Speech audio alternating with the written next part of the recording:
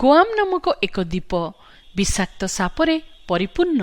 ଏକ ପ୍ରକାର ମାଟିଆ ରଙ୍ଗର ବିଷାକ୍ତ ସାପ ଏହିଠାରେ ଦେଖାଯାଆନ୍ତି, ଯେଉଁମାନେ ଗଛ ଉପରେ ଚଢ଼ି ସୁନ୍ଦର ସୁନ୍ଦର ପକ୍ଷୀମାନଙ୍କୁ ମାରି ପକାନ୍ତି। ଏହି ସାପ ମନୁଷ୍ୟ ଓ ଏହି ଦ୍ୱୀପର ସୁନ୍ଦର ସୁନ୍ଦର ପକ୍ଷୀମାନଙ୍କ ପାଇଁ ଅତ୍ୟନ୍ତ ବିପଦର କାରଣ ହୋଇଛି। ଅବଶ୍ୟ ଏହି ଦ୍ୱୀପର ଅଧିବାସୀମାନେ ଏହି ସ୍ଥାନକୁ ସର୍ପମୁକ୍ତ କରିବା ପାଇଁ ଚାହାନ୍ତି। ଏହି ବିଷାକ୍ତ ସର୍ପ ଯେପରି ଆଜି ଗୁଆମ ଦ୍ୱୀପ ପାଇଁ ବିଶେଷ ବିପଦର କାରଣ ହୋଇଛି, ଠିକ୍ ସେହିପରି ଆମେ ଯଦି ଆମ ପାପଗୁଡ଼ିକର ମୂଳୋତ୍ପାଟନ ନ କରୁ, ସେଗୁଡ଼ିକ ମଧ୍ୟ ଆମ ପ୍ରତି ସେହିପରି ବିପଦ ସୃଷ୍ଟି କରିବ।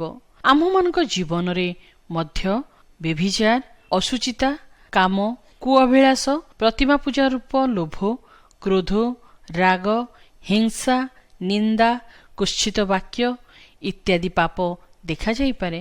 ଉପରୋକ୍ତ ସର୍ପଗୁଡ଼ିକ ପରି ଏହି ସମସ୍ତ ପାପ ମଧ୍ୟ ବୃଦ୍ଧି ଲାଭ କରି ବହୁଗୁଣିତ ହୋଇ ଶେଷରେ ଆମ ଉପରେ ଆଧିପତ୍ୟ ବିସ୍ତାର କରିବାର ଭୟ ରହିଛି।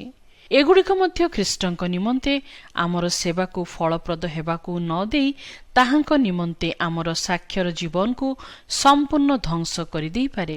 ଏଣୁ ଈଶ୍ୱର ତାଙ୍କ ବାକ୍ୟ ବାଇବଲରେ ଏହି କଥା କହନ୍ତି, ପାପ ତୁମମାନଙ୍କ ମର୍ତ୍ତ୍ୟ ଶରୀରରେ ରାଜତ୍ୱ ନ କରୁ, ତାହା କଲେ ତୁମ୍ଭେମାନେ ସେଥିର କୁ ଅଭିଳାଷଗୁଡ଼ିକର ବଶବର୍ତ୍ତୀ ହେବ।